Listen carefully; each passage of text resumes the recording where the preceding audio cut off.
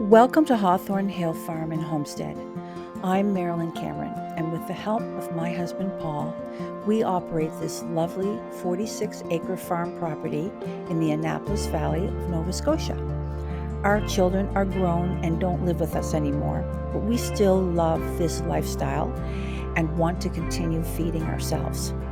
On our farm, we grow a wide array of market garden vegetables, berries, and orchard fruits, and garlic. Plus, we raise free-range hens for eggs, lots of meat birds in the summer. We have a flock of Shetland sheep for wool, and our newest addition to the farm is our family milk cow. Each week, we will post an episode that starts us off in the early spring and will continue until the late fall. We will show you all the things that we do on our farm to get ready for the growing season, how we care for our crops, how we raise our animals, how we make nutritional meals, bake bread, make cheese, pasta, preserves, and so much more.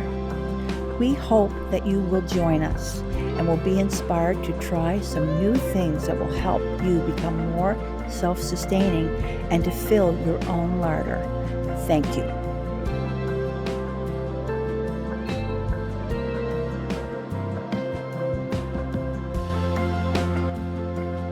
Paul here in the blueberry patch. I'm going to prune some blueberries, my last row here.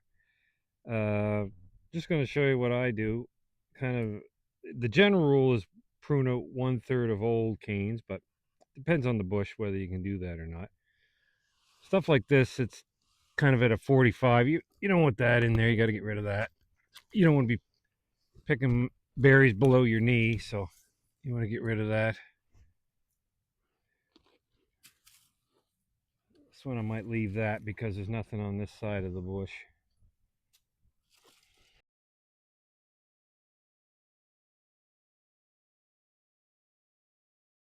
It's just 1/3. I'm just getting rid of 1/3 of canes just to stimulate new growth.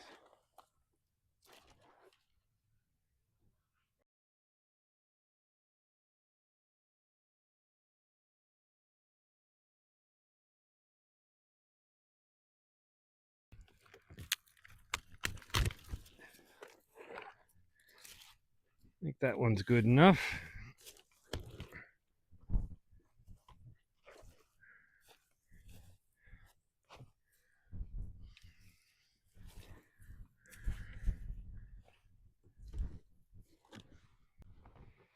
So this one here, this one branch is too low. You don't want to be picking berries below your knee, so again, getting rid of that. You want to leave some of these here. This is some nice straight ones. You want those. Those are your new growth. This branch can get rid of that one. Again, this one's a bit too much of a angle. Some of these little ones, you want some new ones coming up, but you don't want 100 of them. Like that was too much of an angle, so you get rid of that. And some of these you can just branches you can just hand prune them.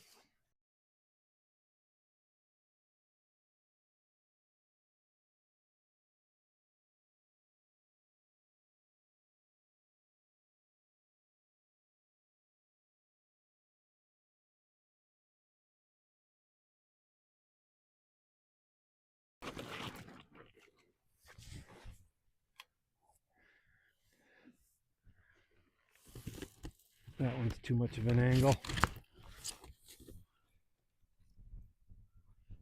What about crossovers? I think that one's good enough. Yeah, if you see some like that, you just want to cut them out if they're rubbing against each other. Probably a good idea. That one's not much good.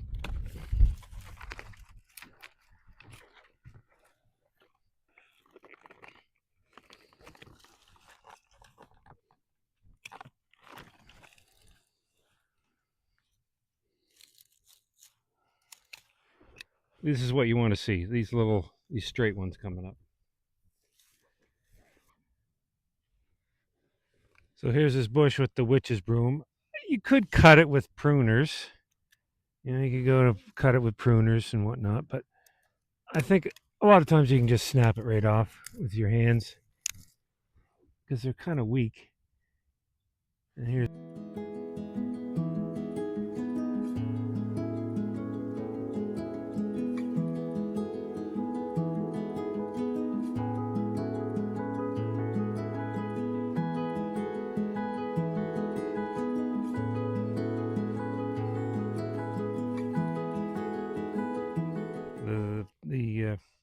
the new growth witch's broom. It's quite tough. It won't just snap off like the witch's broom. And you don't want to throw this on the ground. You want to just kind of throw it and put it in your burn pile. So looking at this bush, blueberry bush, uh, at first glance these look like they might be dead, but it's the middle of April, so there's no buds on them yet. So I'm just going to take out, like this one here is at a kind of a 45-degree angle, so that's not much good. And I want to take something out of the middle here just to get more light in and make it more airy in the bush and better fruit development. And when you cut out some of these older canes, bigger diameter canes, you're going to hopefully stimulate some more growth. And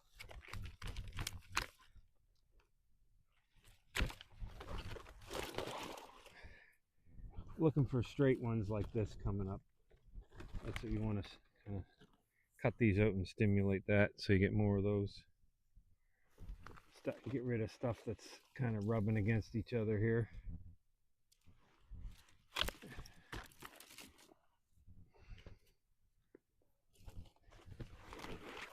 You can't really make a mistake because it will grow back. It will, new growth will come, and people in general will under prune because they think, oh, I can't cut that out. That's going to have a lot of berries on it. But if you don't do it, then it's not good for the long-term productivity.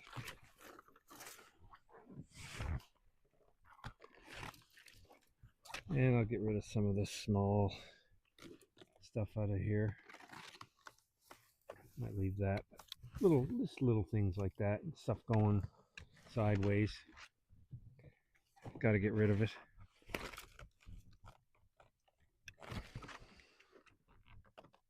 Okay.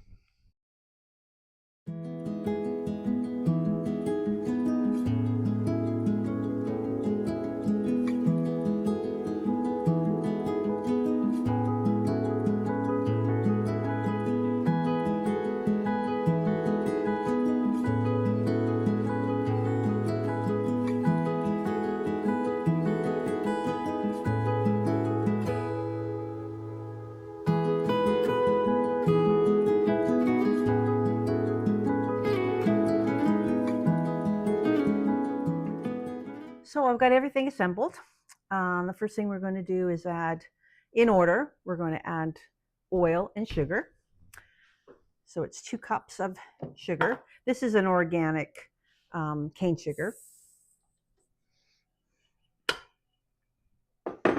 And then it is 1 cup of vegetable oil. This is an organic canola oil. This is the one I choose. And then 4 eggs. After that's blended. Okay.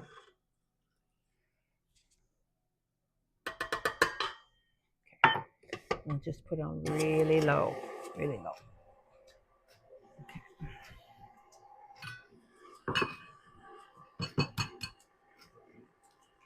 I never crack eggs into cakes, especially after you've got all your butter or your sugar mixed in there in case you get a shell. So I always crack it into a bowl and remove any shells that come out. Okay.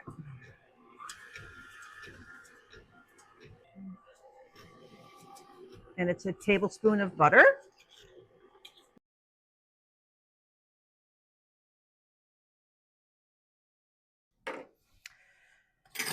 then it's a teaspoon of salt after you get the eggs and sugar blended. With baking, I'm very, very precise. I measure everything.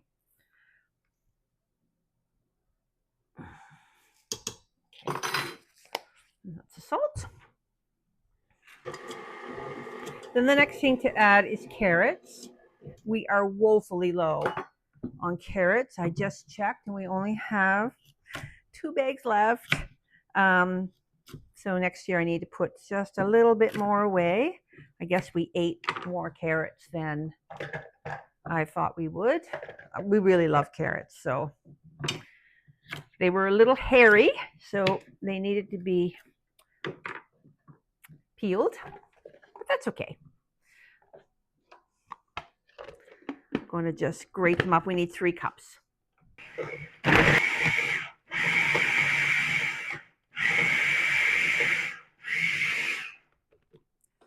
I'll measure that out. I really love this little food processor.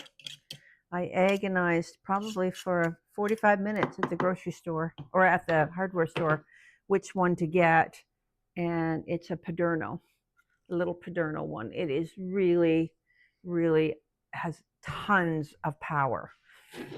You have to be really careful when you're picking them out and to make sure that you get some that have a lot of power. Otherwise, they don't really do a good job and it takes forever.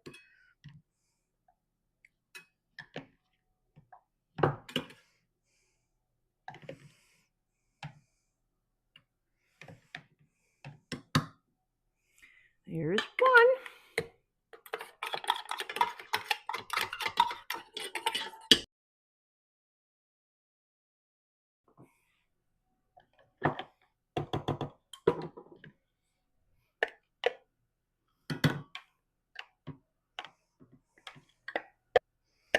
And that makes the 3rd cup. Great.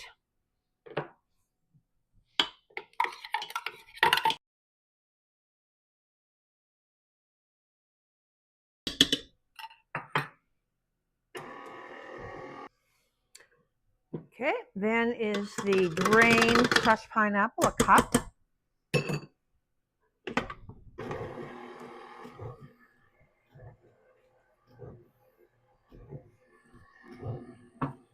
One whole tablespoon of cinnamon.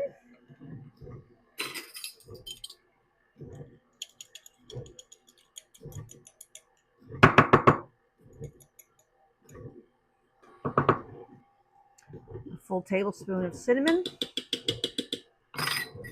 2 cups of flour.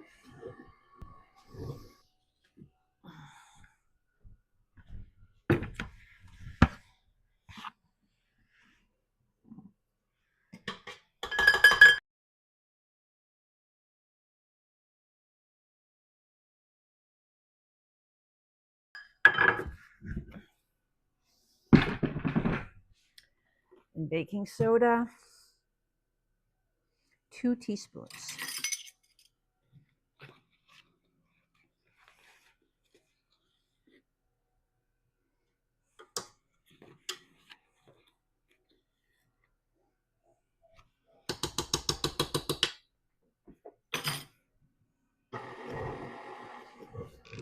And then it's pretty much a half a cup of walnuts, coconut, and raisins.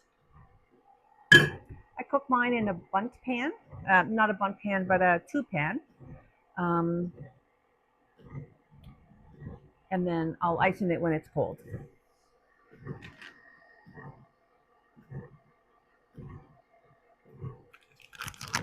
So that's probably about a half a cup in here. That's been measured and grated.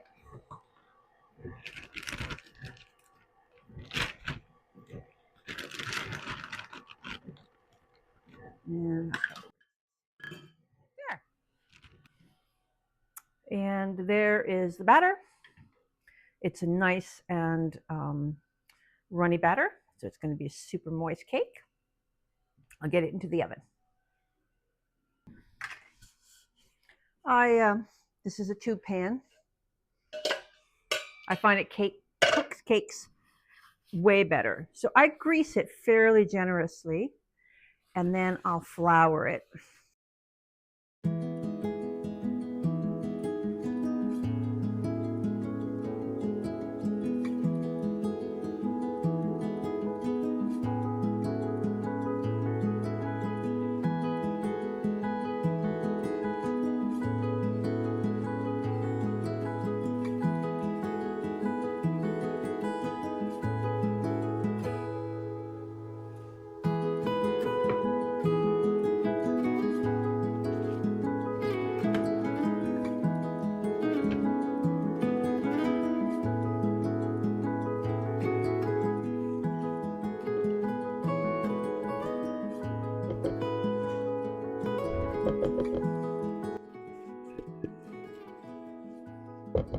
And that'll go into a 350 oven for about an hour.